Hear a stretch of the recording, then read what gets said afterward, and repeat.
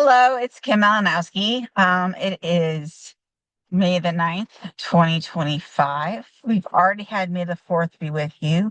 Mother's Day is coming up. It's been a hot mess in the United States, depending on which party you are affiliated with, and really, technically, probably everyone agrees it is a hot mess. In some ways, or not. We're pretty divided. Um, I'm helping divide, I suppose you could say, but I'm using the love deck, which is ironic, right? Well, just when I say it, divided. Thing is, no matter party affiliation, country, we need love. And a lot of this is self-love. It's not necessarily all romance. When I bought it, I thought it would be, but it is not. So I picked the ones that came out. I want to count real quick. One, two, three, four. I thought it might have been five, but it looks like four. No, five. They're stuck together. That's what I thought. I was like, two came out together. Well, they did. So with the love deck, I'll show you. You got like one side. A lot of them are very similar. So this is signs in love. Okay. So I got Sagittarius. So if you are a Sagittarius, this is for you. Or if you love a Sagittarius, know a Sagittarius, or you just get that energy. I mean, like sometimes I'm a Pisces, and like I can be a hot mess and be any sign. All right, Sagittarius. Now, I have not read this before, so I apologize now if I mispronounce anything. Love is an adventurous sport for Sagittarius, the archer of the zodiac. For their partner, love with Sagittarius is an exhilarating ride. One day, Sagittarius is head over heels in love and deeply committed. The next, they are seeking freedom. To some, this may seem intense. For not a Sagittarius, their adventurous spirit requires a partner who will let them be wild and carefree without trying to change them. And that's always important of everybody, not just Sagittarius. We can't really change people. Their fiery emotions and passionate nature are contagious, making everyone around them feel more alive. They live and love in the moment rather than focusing on the past or the future. Like that. And I think some of that we can all sort of embody. I like the idea of like, it's coming summer. Beltane just occurred, or May Day, if you rather. And I just have to admit that I am feeling fiery. I'm about to go on a huge camping trip and slash archaeology dip. And like, even though like there's a lot of tension and things going on, I feel that adventure. And I don't know if that's a collective. I assume it's probably a collective thing, like a break out. And, we have one life to live and it's getting scarier and scarier. So let's live it, right? Okay. Then this is the one that came next, and it's under the classification of love spells. All right. I'll turn it over so you see what it is that I'm reading. Encourage reconciliation. That's interesting that that came up when I was talking about division, right? If you are having trouble with your significant other or have just gotten into a fight and want to make up, this spell can help. Carve both of your names and birth dates into the side of a light pink candle. Find two rings. They can both be yours. I like that. They can both be yours. And tie them together with a pink ribbon. Place the rings next to the candle, then light the flame. As you watch the flame flicker, meditate on what you can do to mend the situation. Remember, you're not binding them. You are doing the action. You are the one that are going to have to figure out and meditate how to mend. Visualize sending your partner love. This is very much like Reiki. Visualize sending your partner love. Feel your heart soften. Let this energy guide your reconciliation. And some of it is about us. Like we might have had a fight and it's, we are blaming ourselves. And I'm not saying that the person isn't to blame, but sometimes we're like, if we want to keep this person, we want them in our life. So what do we have to do? Well, forgive, right? Which is very difficult, right? Very difficult. And you don't really want to forget because it could happen again. And then you have to bring it up and be like, this is repetitive. We have to stop this repetition. But at the same time, sometimes we're the ones that do have to make the first sort of gesture. I am here. You don't even have to say I forgive. I'm here, you know? And you just sort of like showed up at a very tense dinner after being extremely hurt and angry, and righteously so. I asked like 20 people what I should do, and I think everyone said, give up, go on, move forward, and it wasn't just romance. It was deep and intense friendship. And I just showed up. I'm here. I'm here at this restaurant, and he showed up, and I let him vent what's going on. This is what he's upset about, not me. He's not upset at me. This is what's going on in his life. And then I said, well, you didn't have to take it out on me, right? And he took it. Let me talk for 2 hours and wasn't yelling, just saying, this happened. You shouldn't have done this. I do this, this, and this. And I know that you do this, and this for me. But that doesn't allow you to do blah, blah, blah. You know, it was one-sided conversation. Yes, he ran like hell after the bill was paid. He paid it. But we are rebuilding and we are different and new. So we don't have that Tommy intimacy, 2 a.m. text right now. Instead, we have this tentative, I'm here, I'm here, I'm here. And there you go. I'm getting a text message. And, you have to also have that sort of reset. So if you're having even the smallest fight, there's going to be that reset. Allow it to reset. It's for a purpose. I'm going to blame that. That's why I got beeped again. But really, it's because we're talking about getting the garb sale at the Renaissance Festival. You get cheap garb, and a lot of my stuff was in Toxic Dust. And I give away my entire wing collection, and I was in the 25s and 30s, and yes. So looking to I'm in the market to spend money that I don't have. All right. So that was a very long saying of, love spells are for ourselves. Our meditations might lead us. I do a lot of writing. These are my feelings. How can I resolve these feelings? How is it me that has to resolve it? Or is there something that somebody else can do and I can ask them to do it? Like, hey, next time, can you do this for me? Sometimes it makes more problems.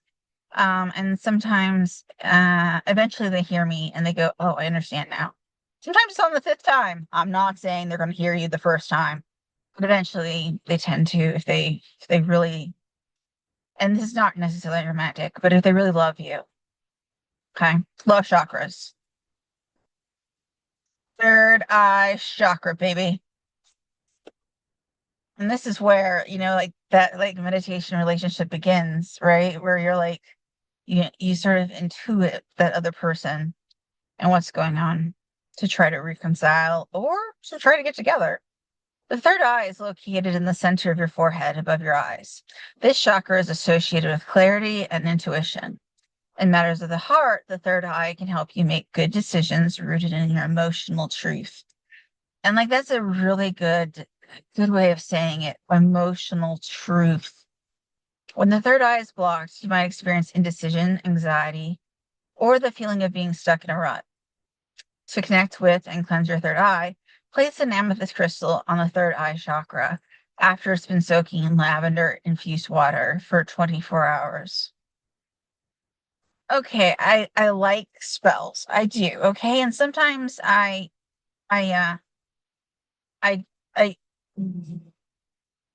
okay, I augment spells. I create my own spells. But I don't tell other people that they need a lavender infused blah blah blah. Some people need that. They need that distinction. But I'm like simple witch. That's the only way I can describe it, okay? And also, just so we're clear, I am a Reiki master and a Reiki master teacher. I've had two different versions of training. Okay.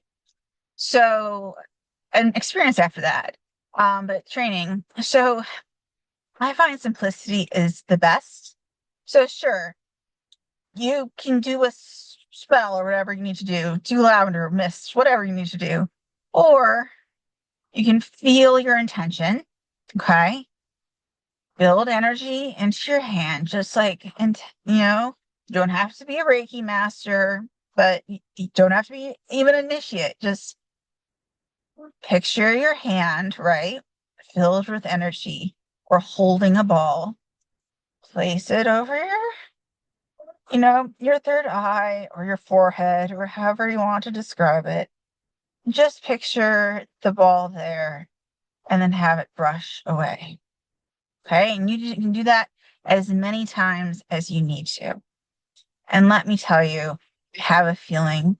I love working with stones, but if you don't have one, you don't need to get one. Okay.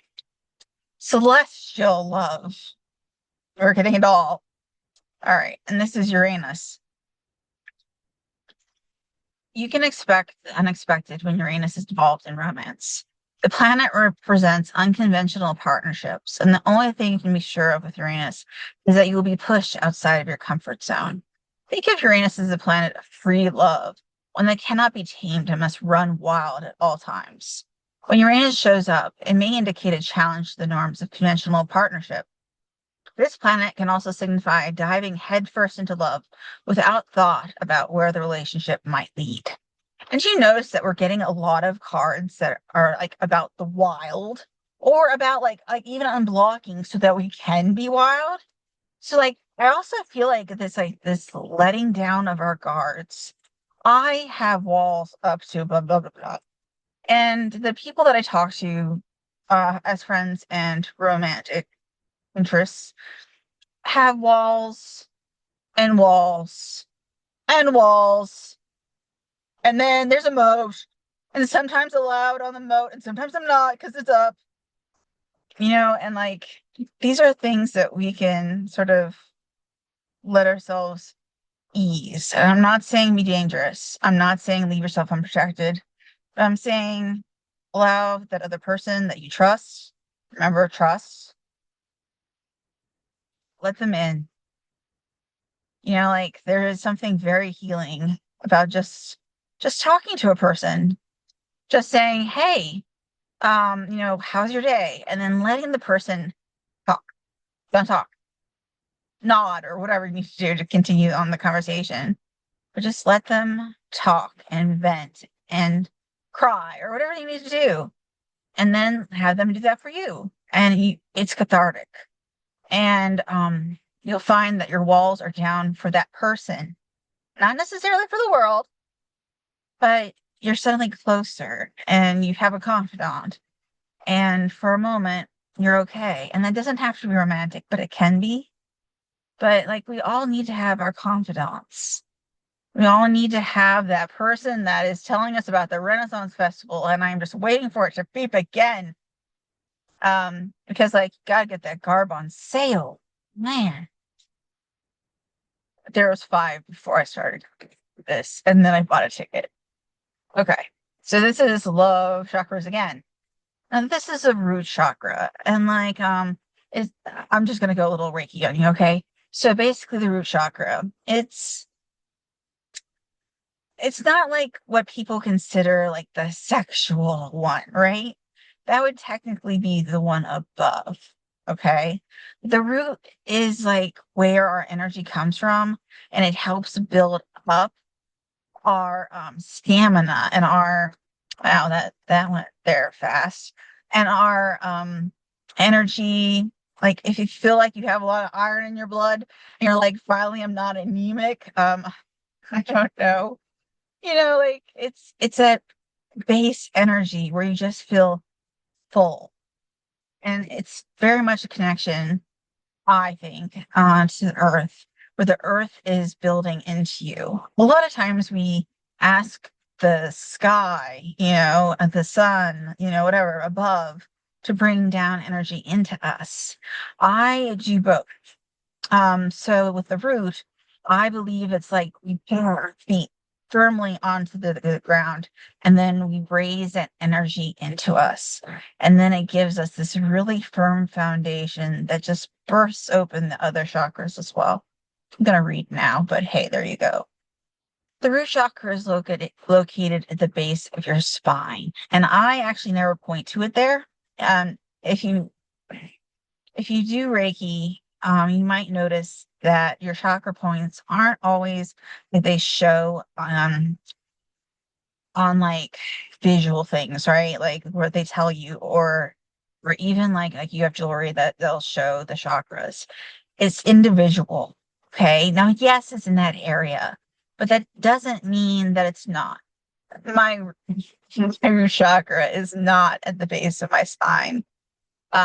It's actually like below my legs. So like not even my body, okay? All right, so past my butt if I'm standing up. And like between my legs, I can just feel it hovering between me, you know? And it's an energy point, so it doesn't have to be your body. So that's my pro tip, okay? If you're trying to like unblock something, make sure you know what you're feeling for. Okay? The root chakra is located at the base of your spine, or where it is for you. This chakra is associated with grounding your body and emotions. When it comes to experiencing a fulfilling love life, being connected to your body and feelings is essential. To activate the root chakra, partake in grounding, centering activities that bring you back into your body, like treating yourself to a massage, doing some yoga, or walking barefoot through grass or sand. Reconnect to the joy of being present, your physical body. Okay, it doesn't go far enough for me. I have a visualization for you. It's not a true meditation because it's a lot more active than that and it's a lot shorter. So stand barefoot if you must. It can be on just linoleum even, right? Okay. It doesn't matter. The idea is that you have a connection to your feet and your ground. And it can be grass, whatever you want. And then you yourself push energy down from your belly. Okay. And you feel it go into the earth. And as you are exhaling that,